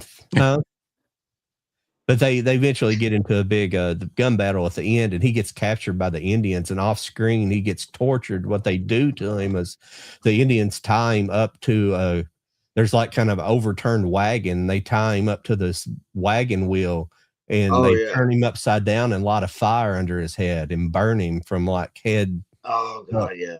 And and that like they don't, you don't see it obviously, but at the end they finally walk up on him, and you can kind of see him. I think he's kind of in shadow, and he's just saying, "Kill me, kill me." And that's pretty rough. Yeah, it's a good movie, but the whole movie's really good, but that's just like the most disturbing, like off screen. So that makes at least 2 movies where Dennis Weaver plays a wife beater, because there's at least one TV movie I know where he plays like an abusive husband to none other than Sally Struthers. Oh. Yeah. Oh. Huh. That's weird. And I was just talking with a friend about Dennis Weaver the other night, talking about some of the weird stuff that he did in his career. I mean, everybody, of course, knows him from Duel, which is a great movie. And, I think it's arguably Spielberg's best film. But then there's stuff like there was a TV movie he made where he's like high on cocaine. Like there's a lot of weird stuff he did. Oh yeah, he was in John, you might know this one, or everybody might know Touch of Evil. Oh yeah, the Orson Welles film. Yeah. He plays that weird like the hotel guy and stuff, and it really is. It's like, wow, you wouldn't think. Well, I have this TV show over here somewhere. It's in the other room. McCloud, is that the name of it? McCloud. Yes. Yeah. McCloud, Yeah, he did a lot of stuff, but I always find it funny because everybody I talk to who like tons of people just have watched Gunsmoke and Syndication, and Gunsmoke's one of these shows that it's like I have that whole big box set of it up there, and it's like one of those, to me, like a lot of old television shows, I can watch them in doses. But like try to binge all of it. There's so many episodes, and there's so many that are similar. They kind of got a similar feel to them, so I can watch them. Even though Gunsmoke's a great show, but a lot of old TV shows, if you've seen one, you've kind of seen most of them. A lot of the times, Yeah, and I love old TV shows, but back in the day, they made so many episodes. It's like, but so many people see it, they don't remember Dennis Weaver. They don't remember the first ones. I don't know if they just repeat a lot of the Festus ones or not. I just don't know. There's one after Festus too, and there one later on that he leaves too, doesn't he? Or is he there to the end? Yeah, I think he was pretty much there till the end. Yeah, I can't remember so many of them. There was a younger guy. He was on there for like 3 seasons, and even Burt Reynolds was on there briefly. Burt Reynolds is on like 2 or 3 seasons, isn't he? He's not a super regular, but he's on quite a few episodes. Yeah, he's like the blacksmith of the town, and he's like half Native American, so he gets a lot of shit for that. But the town's they play up the Native American stuff a lot at the very beginning. Then he kind of it's kind of like the Scarlet Witch in the cinematic the MCU. She starts out with the accent, the Russian accent, and then it just disappears later. Yeah, they were like, "This is awful." Yeah. He's got like really good English by some point in the show. Wow, you sound very, very well spoken. This is another one I like a whole lot. Johnny Guitar. Johnny Guitar. It's considered a Western noir with Joan Crawford too, but it's a really good movie. Yeah, it's kind of wild. I mean, she's kind of out of her element in that movie, which kind of makes it kind of interesting. This is and then she goes and does Frog. Yeah. Trog. But this is another oddball one I've got. This is actually a Japanese Western. Technically it's a sukiyaki Western, Django, but it's called Sukiyaki Western Django. It's like a Japanese Western of their telling of the Django. So it's pretty good. Pretty wild. Yeah. Oh, I have to ask my friend Clive and Nick if they've seen that, because they're big into Asian cinema, as is our friend Malcolm, who I hope is still in chat. There's that one, John. Have you seen The Good, the Bad, and something? I think it's a Korean Western. No, I don't think. Yeah, it's called The Good, the Bad, and something else. And it's pretty wild. Yeah.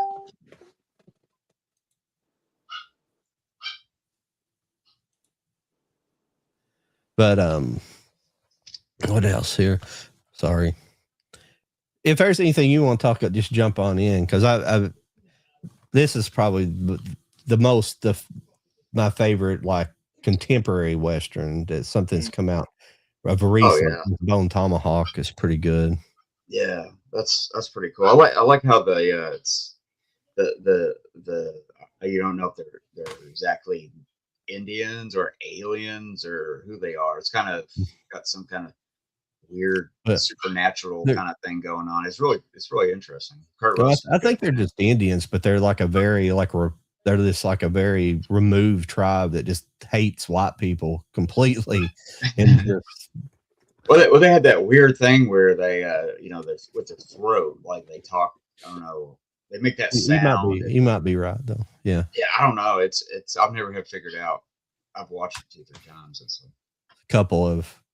This is one of my favorite. What would be considered a modern was I say contemporary Western for one. I just meant like just one of made in, but this will be more considered a modern day or contemporary, but like Bad Day at Black Rock. I love this, but it's like set in more modern times, but it's considered a Western.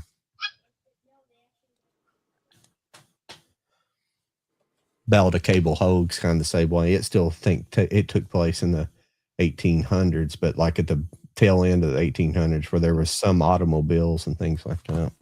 yeah. That was Sam Peckinpah said that was his favorite of his movies. Yeah, it's a fun movie. That's one thing we've never got is a really definitive Peckinpah box set of something. I don't know if I can't remember if his movies are with different studios or he's one studio. It's probably the issue with it, but yeah. Hey guys, I might have to leave. My wife has broken down on the road. Okay. I've got to call AAA or something. She's trying it and it's not working. We're not too far out anyway, so if you need to leave, go ahead. Yeah, because they're wanting me to call, so I was like, I can't do both. So I apologize. Well, thanks for being on, Gino and Joe. Yeah, I think I'm gonna sort of head for the hills too. Actually, we could cut this for tonight. Yeah, because my phone is literally at like 10%. So. Okay. Oh no! Well, quick before you go, do a quick rundown real quick so everybody knows where to find you. All the things you're doing and everything. Any socials you want to hype up or anything? Yeah, I mean, I should probably have a link tree just like you guys do, but that's something I have to get on. But you can find me on Facebook at facebook.com/official Gino Cuddy. That is GENOCUDDY. You can find me on Twitter at official Gino C.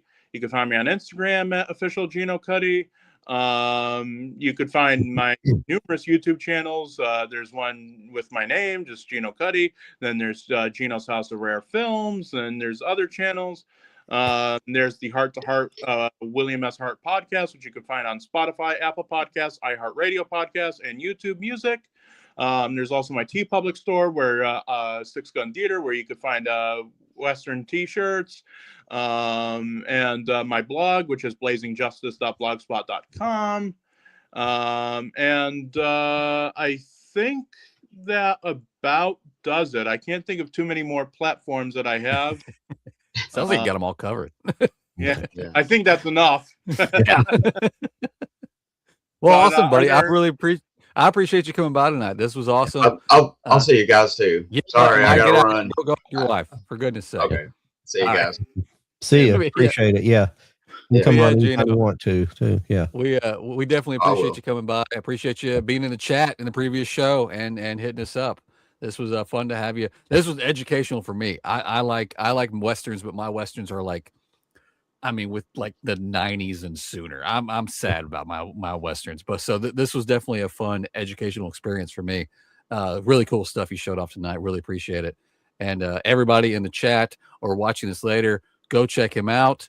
Everything he just said, I hope you were writing it down because he is everywhere, it sounds like. Yeah. And so yeah, again, appreciate it so much for coming by, buddy. Yeah, if you want to hang out for a while. Well, it was nice joining you guys, and I always look, and let's do this again sometime. Hopefully Lauren will show up, and we'll have to get her. Maybe we could talk some horror Westerns or something. Oh, yeah, maybe cool. tied into her interests a little bit. Absolutely. But yeah, I gotta get this phone charged. But yeah, it was great coming in, great talking movies with you guys, and yeah, if anyone wants to get in touch with me via those methods. Thank you guys so much, and have yourselves a great night. You too, buddy. Well, if you want to, we can kind of run through these. I apologize. Yeah, go ahead, we man. didn't get to answer questions from everybody. When we have a guest on, this is my own person. I like to let them talk, and Absolutely. I just don't. It's the hard thing about the chat and not being monetized is I don't really like super chats, but I can understand when you have a lot of chats coming in, how it makes it easier to go through them. Yeah. Yeah. I can see why when you have a huge, 1,000 people in your audience, why it's necessary to have super chats, because I'm obviously, we don't have anything near that, but we had a lot of chats, and I highly appreciate it. I love getting the chats, but I apologize for getting behind on your chats and questions, things like that. I just like No, when we have an interesting guest. I like listening. Yeah, to yeah. them. This was a very interesting show. Like I love just sitting back and listening and seeing all the awesome stuff you had to show off. So we love the chat. But sometimes we're just focused in on the guests so hard. Yeah, that's that.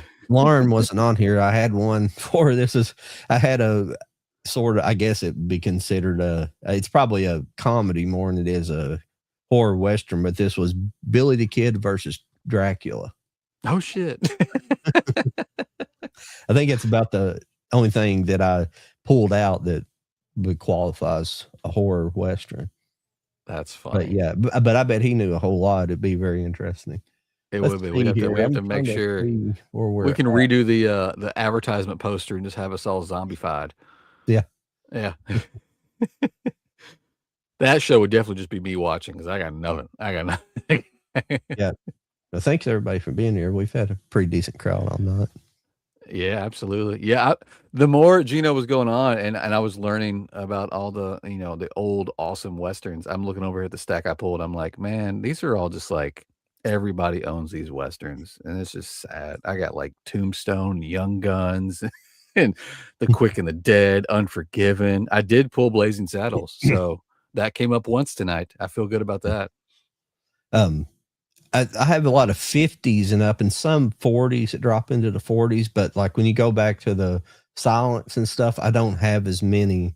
Yeah. I don't have as many from the 30s before. I've had very few 30s and lesser 40s. My Western knowledge is more 50s and up. And that's why I like hearing from them, hearing from somebody like him. And Mike knows a hell of a lot more. He's definitely a Western expert compared to me. I like everything, and I don't really like, here in the last several years, I haven't watched hardly any Western. So it's just like I kind of got burned out. I really burned out on everything. So, but I had a lot of pull. I had a ton pulled. A lot of really great movie stuff pulled. But, this is like one of my favorites here. It's Winchester 73 as far as. Oh, wow. Yeah. That's the 4K. It just came out, but it's James Stewart. But it's also directed by Anthony Mann, which also directed another one of my favorites here too. It's the man from Laramie is another great Western. This is I grabbed it rather, even though you can't read it because it's the Spanish release ahead of it. El Hombre de Laramie. That's funny. Yeah, that last one being a Criterion reminded me that I wasn't really into Criterion like at all. I think I had like 2 titles until I went to that big ass used store. I know I've told this story before where somebody just dumped all their Criterion. So it sucked me in. I bought like so many titles, but there were a lot of old Westerns Criterion there. I remember that, but I didn't grab any because I was just like, I'm just not familiar with this at all. Yeah. It's you get into them, and then you kind of you when you get into them, you really get into them, because there's some great, but there's so many. There's some really great movies, but there's so many Westerns. They made Westerns by far, I think, the most of any genre that's ever been made, as far as I'm sure. Pacific. I'm sure you could say, well, there's more drama has been made, but yeah, but that's, I don't know if you consider that under the same thing, the same, you consider a drama, because there could be drama Western, I'm getting at. Yeah. This is another movie that I pulled these. I'm just going to start showing. I'm sorry. And I'll try to get over here to the chat as well. But this is one that's not really a Western, but it takes place with, I think they're bullfighters. I haven't watched this in a while. Not bullfighters, but they have a rodeo. But this is what I remember. It's really good. But this is The Misfits. This is Clark Gable, Marilyn Monroe, and Montgomery Clift. This is a really good movie. Oh wow. Yeah, that's a good one. Real good Marilyn Monroe movie. Yeah, it's got a great cast. Clark Gable, Montgomery Clift. So yeah. Let me go over here. I apologize to the people, everybody watching. I keep saying I did that before. I said I'm gonna go to the chat, and then I end up talking about something else. The Frank O'Neill version, the original, the viewer doesn't know he has a Gatling gun in the coffin, but what moment when he finally merged? Okay, yeah. Nice. I remember that scene in it. Yep, exactly. Because I did pull that Django set that came out. I don't know if this is multiple movies or just the first Django. I can't remember, but I did get that Arrow release. Oh yeah, that Django. yeah, I've got release. that too. Yeah, I think it's just one. I thought it was multiple. Maybe I have another set that has some of the other ones. I think there is one with multiple in it. Hell, I think I might have it honestly, but I have either a DVD set that has some of them on it for sure. But yeah, I understand what you're talking about now. Fear to Doom. Let's see. Did you like the Billy the Kid depiction in Bill and Ted? That's fine. I mean, it was all right, but I mean, I'm a big Young Guns fan, so I was always down with that depiction. I like. I didn't pull that. I forgot to pull that movie because I have that special box set of it. I don't know what it pulled, but Pat Garrett and Billy the Kid. That's another Sam Peckinpah movie that's really good. Oh, nice. You got I can't think of his name off top. Who played who in Blade? What was you remember Blade's Wesley Snipes sidekick? Oh yeah, it's not a sidekick. He's like the scientist guy that helps. Yeah, him. Yeah. It's fucking, I can't think of his name off the top of my head. I could see his face. He's a musician too. Yeah. Why am I blanking on that? Yeah. Somebody in the chat, blanking please it help. too. We're both stroking out over here. Chris Christopherson. There it is. Yeah. Finally found it. Yeah. Yeah. I like that depiction. That's a really good movie. I don't know if you've seen that or not. Yeah. Make the birds burbs. Oh, but had you heard that? Had you heard haven't. that? Yeah, I've seen it. It's already been filmed. Somebody was showing like the clips of it. I didn't want to say. I hate doing this because they don't really matter if it's good. It don't matter. But it's like a black. It's a black woman in the part of the Tom Hanks. Oh, so they flipped But everything. It didn't seem like they're playing it up like like the big bad in the show is like there's a bunch of white people, like racist white people around him. There's still like a murderer next door, thing. It's still like kind of the same thing. So it doesn't look like it'll. It didn't look good. It didn't look good. It just looked. It looked like they were just. It was too much of a ripoff. I could see the idea being able to be like spaced out into episodes, maybe, but why? Like, why even do it? Well, I mean, it's probably a 90-minute movie at best. Yeah. Original. And like, how are you going to make that into anything more than like just like 5 or 6? I mean, it's stupid. Like, why? They're just ruining everything. They're making something else I heard the other day. I can't remember what it was. It's always some freaking remake. Have you gone to William S. Hart's Park? Some of the Hart Western film there. Okay.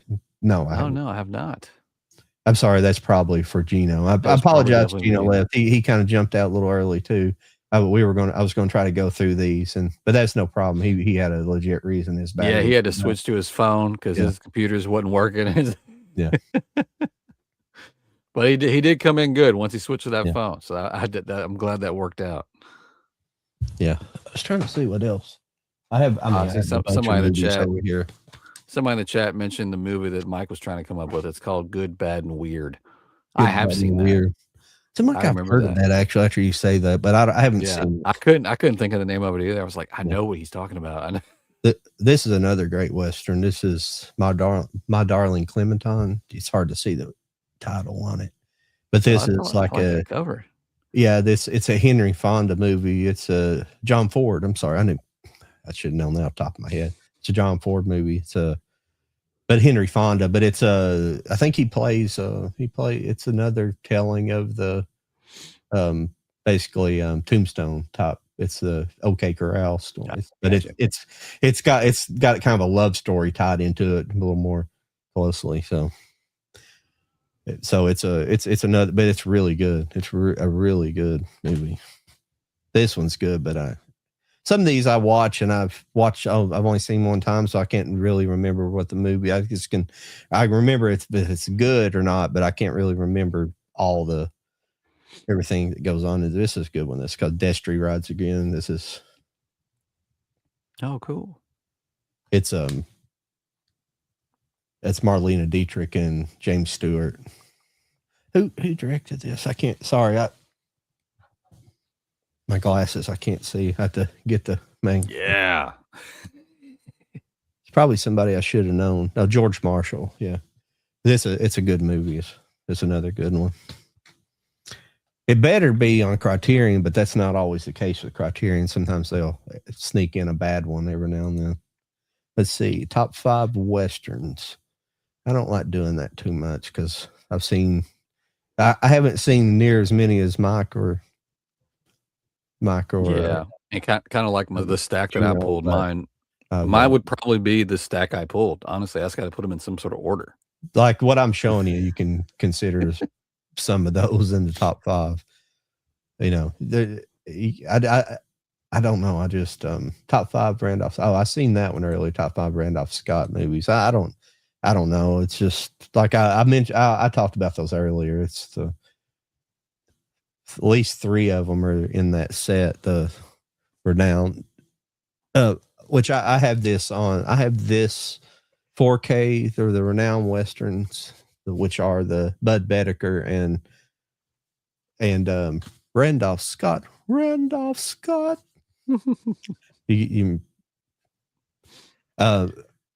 But all these movies are really good. But I also have that other that's not Imprint, is it? I can't remember there's another film company. I'm sorry, I have it over here somewhere, but there's another company that put it out as well beforehand, just a Blu-ray. But this is a very nice looking set, though. Yeah.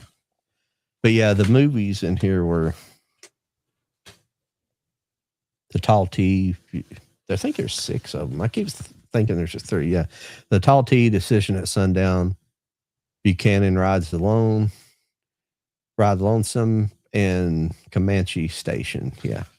I always called these, and that's exactly what these movies are. I call them old man westerns. I don't know what the official title of them. I call them old man westerns. It's just like another Randolph Scott movie I mentioned earlier, Ride the High Country, is the same way. It's an old man. It's two old men that kind of they end up rescuing a woman. I talked about that last week, I believe. But it's a really good, really excellent movie. It's a Sam Peckinpah movie as well, Ride the High Country. But Bud Bedecker was great. He mostly was known for making B movies, but he made B movies at the quality and I guess far less of a budget that, you know, they would rival like A movie quality. You know, they were that well made. You know, he was that good of a director. And there's this another movie that I was going to pull, then I forgot to pull it, but it's not a Western at all. It's not a Western. I wouldn't consider it like a kind of a contemporary Western, but it's got Robert Stack, as a young man, Robert Stack. It came out in like 1951, I believe 50, but it's called The Bullfighter and the Lady. And the reason I was thinking about that is when I was rewatching the 4K of Kill Bill in Kill Bill 2 at the very beginning, it's when they're doing when Bill you finally find out it's David Carradine playing Bill, or at least you first see him in the movie, and they're outside the church, and you have that like really almost washed out black and white scene between them. It reminds me that movie, like Bullfighter and the Lady, it takes place in, I think they filmed it in Mexico, at least filmed it in Southern California, where it's like really desert light. You know, it's really, really sunny and really bright, but it's like there's something I find extremely beautiful about black and white movies shot in like these oversaturated, where it's almost hard. It's almost so bright, it's almost impossible to get the right film combination, the right lens combination in a camera to and it's just like really oversaturated because everything is it's very like, like a desert or something. It's very white and everything. It makes everything really white and very like, it's just beautifully shot, and it's black and white, and it's in it's a 4:3 aspect, so it's like square and black and Wow. white. It's some of the one of the most beautifully shot movies I've seen. It's incredible, at least for a lower budget movie. That's crazy. Yeah, I remember that scene in Kill Bill. That's definitely when I saw it recently on the big screen, I was like, shit. That was Yeah, I didn't the way see they that. filmed. I've seen. Are they going to release that, Mike? That whole saga? Is there anything added to that, or is it just shoved together? On the whole bloody affair. Yeah. There's stuff actually. Some things I think he removed. Well, he kind of removed like the ending of part 1 that kind of was like a, like a basically like a this is going to be continued sort of speech. Oh So yeah. that's gone. The anime portion where they tell the backstory of what's her face? I forget her Oh, name. really? She? Yeah. Yeah, when they tell her backstory, that artist like actually did like an extra. I think it's like 7 minutes of Oh, yeah. animation, and he did it for nothing. Like he did it for just like shits and giggles. He was just like, I want to tell more of the story. So that part's longer. That's considerably a lot in an anime. It was a lot. I really want to say it was 7. It might be 4. Shit, but either way, it's a lot more, and but I mean, it went together good. I really enjoyed it. But you can definitely. Somebody said this before I saw it. I think as I was heading there, they were like, you can definitely tell like how much slower part 2 is than part 1 when they're smushed together like this. Because like you're just lots of build, and then it's kind of takes a break, and it's like, yeah, you can. So, but that might have just been put in my head from the guy that said that to me. I might have not even noticed it if I hadn't had it in my brain. Yeah. I remember long time ago after it came out, maybe I was talking to somebody, you'll talk to somebody that's some weird, somebody has a weird take on something, it's just, it don't make sense, in an artistic standpoint. And they say, yeah, I think he's going to re-release a different cut where the fight scenes in color, with the, and I'm like, well, I mean, it's kind of artistic licensing to do it in black and white. And it might have been it may had to be in black and white because there was so much blood. It might have had to be there, not to keep it in an R rating, because there's a lot of amputations and a lot of, Right. It might have had to be like that, but I think it was still more artistic. He just wanted to have the black and white look to it, which is really cool. Yeah. I think that was in color this time. Was it? The whole fight scene. The fight with the Crazy 88 and it was in color this time. Oh, maybe it is. Okay. Yeah. Well, but maybe they can have it, if it's unrated. Because technically this was not rated. So okay, yeah. But yeah, I think a fellow podcaster and social media guy, he does Jake does a podcast called what is it called? It's Boutiques. Something about boutiques. I'm blanking right now. I apologize, Jake. But he actually just this last week interviewed I think he's like the head designer at Lionsgate Limited. Mm-hmm. And he kind of dove in on them doing a pretty nice addition for the whole bloody affair. It's not going to be a steelbook, which kind of is upsetting for me. But it's going to be, I'm kind of hoping we're going to get like a Lionsgate Limited. That's going to be a really, really cool, unique packaging is what he was kind of talking about. But I'm also kind of hoping we do get a Lionsgate steelbook on the side that's probably available like on Amazon or whatever. But the one thing he was saying that they were kind of like in the middle of right now is figuring out fitting the whole movie on one disc or if they're going to have to separate it into 2 discs. I was like, ooh, that's interesting. Yeah, I'm definitely going to pick that up because I didn't see that in the theater. I would have watched that. I just didn't realize this happening. It was cool. I definitely had to track down the closest theater with reclining seats because I could not have made that just in your standard theater chairs. Let me jump through these real quick here. It's no longer they're making reboots in Westerns, but you for our making reboot of High Noon. You will all be well compensated for it as much. Who do you cast for each role? See, this is Stacy again. She's wild with her questions. I love it. Yeah, I actually High Noon's over there. I didn't pull it out though. I had pulled so much I didn't pull that one. But yeah, I don't know. See, Stacy, we need to have you on the show, and what we just need to do is just do a roundhouse. You just come up with these questions, and when all of us are able to be here, we'll put you in the middle with us 4 around you. You just throw out these crazy ass questions that I love that you ask all the time, and we'll just do a roundhouse answer. Who do you as 4 producers of High Noon main roles? Remember, the producers' fee will be astronomical. I love these questions. I'm sorry I can't answer them, man. Well, I mean, I can give you some goofy shit answer, but I mean, I don't know if that's what you want to hear or not. You know, maybe you want to talk. Maybe I should. Maybe we should do that. I mean, you know, I think it'd be fun. I mean, if Stacy wants to be on the show, cool. If you just want to be in the chat one day, we'll just make it a Stacy's Got Questions show. Stacy's Got Questions.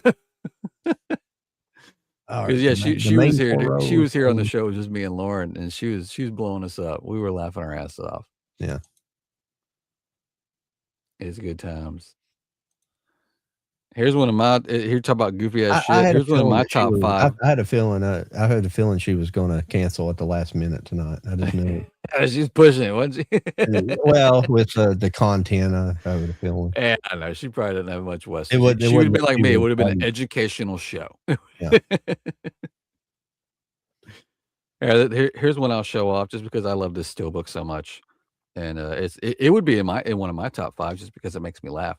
But here's Three Amigos. Why don't we talk about that tonight, guys? Yeah, that's a nice steelbook. It's cool because the bullet holes are embossed, their belt buckles, guns, their scarves, the emblems on their hats.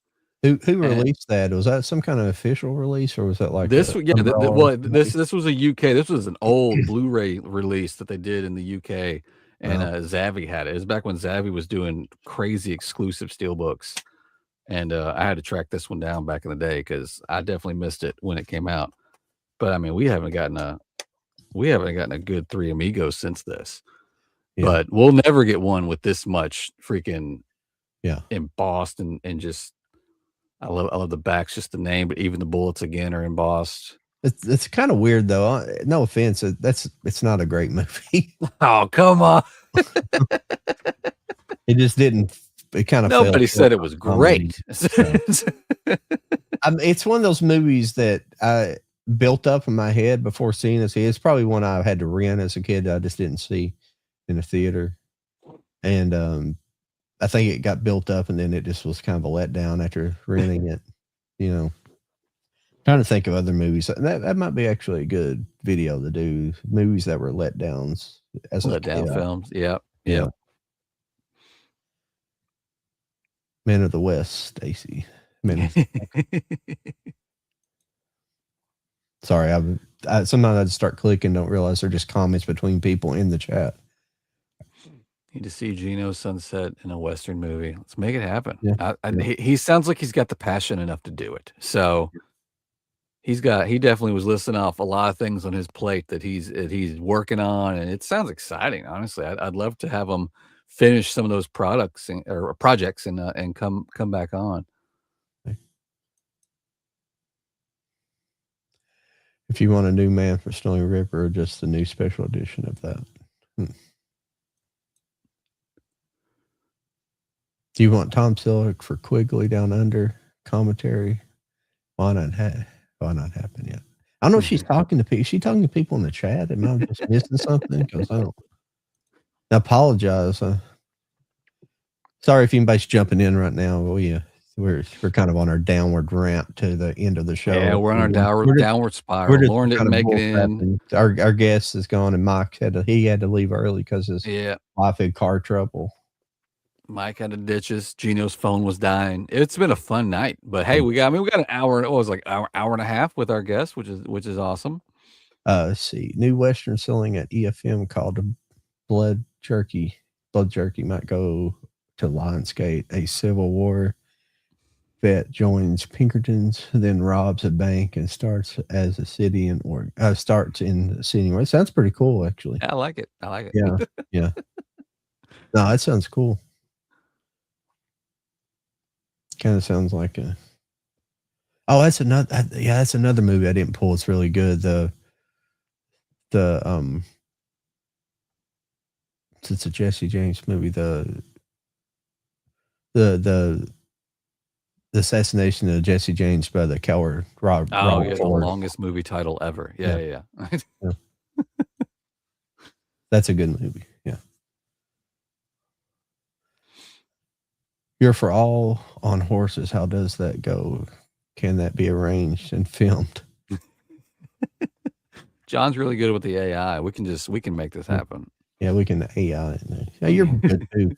You did a good job. What were you talking about? And I don't know if that's something you want to talk about here. You made a comment on there. I thought you made another video or something when you're talking. You left a comment earlier on Instagram. May not be something you want to talk about here. Yeah, you left something. I didn't really understand it.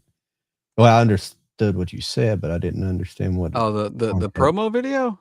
Yeah. Was that just you talking about doing that again? Is that what you were talking about? Yeah, it may not have gone through. I think that happened when my phone was getting all wigged out. Yeah, I just did another little quick little. I ended up posting. I thought you'd made something new and you'd uploaded. No. Already. I just I like taking the pictures that you make and just kind of do, and then adding the theme song and stuff to it. I made a new one just to trying to make a new one. That was no disrespect because yours was fine. I just made a different one to put on TikTok. I wanted to try the editing system. And try to get stuff. So I made a different one. It was basically exactly the same. The music was the same and everything, except I wanted to try out the logo. I can't figure out how to get where to select the text, the stuff where you can get text to flash up. They keep moving. I know I figured out all this. I can figure it out. I just hadn't fooled with it enough. The majority of the time, I end up editing my stuff on a different app and just uploading it over there because their editor, I'm sure, is fine. And once you know what you're doing, you can do it. But I've figured out other editors a lot faster, so I just use them.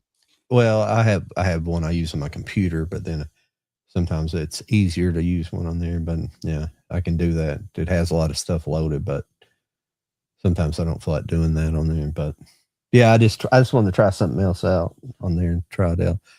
I hate to say, I kind of like. I mean, I don't like TikTok, and just for other reasons, but I like it because it just seems like it's where everybody is. Yeah. As far as movie collectors and stuff, I've had a hell of a lot of engagement already over nothing. I appreciate you posting I need to repost some of your videos. I'm sorry. How do you repost a video on there? Where do you hit to repost it? I don't know exactly. Because Charlie's reposted a couple when I've been intending on paying him back for doing that, and I appreciate it. Now, you know what happened? That's actually the Kill Bill video I think should be doing real good, but it's not because it didn't get posted at the correct time. You know what was going on? I'm sorry, everybody, I'm talking about production stuff, but well, when I uploaded it, there was no problems with it, but it was showing in privacy settings that was showing everyone. It was showing it should be posting to everyone. So eventually I downloaded the TikTok Studio. Yeah. And eventually noticed in TikTok Studio, I didn't pay attention for a while, but under where it was posted, it was saying that it was like private. It was just to me. It was like it was. So I was like, is it seriously, is something wrong? So I went back into where the video was, and I clicked the buttons back and forth a couple of times and clicked it back up to everyone, and it fixed itself and it posted. That was all was wrong with it. It's stupid.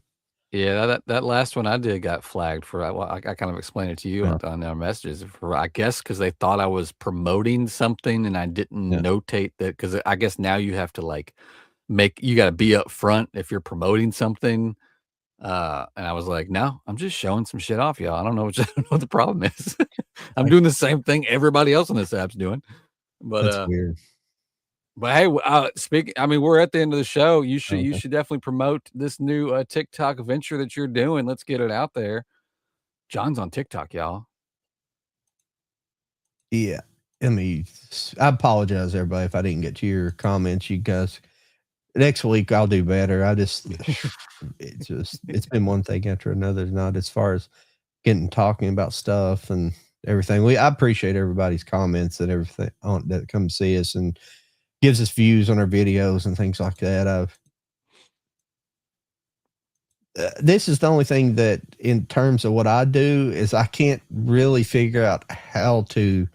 I mean, obviously, I watch other shows, but I just can't figure out how to get the cadence of doing, because our audience keeps growing and we get more and more chats each week, and trying to manage it. When you go from not having but 3-4 chats a night to getting like 50, and 100, it's hard to manage. And I want to, I want to for us to either display or answer everybody's questions. So it gets difficult sometimes, and I apologize if we didn't get to it. It's no disrespect to anybody. We appreciate everybody stopping by. And now we can make it like a time punch. Like every 15 minutes, we go to the chat and see what's up.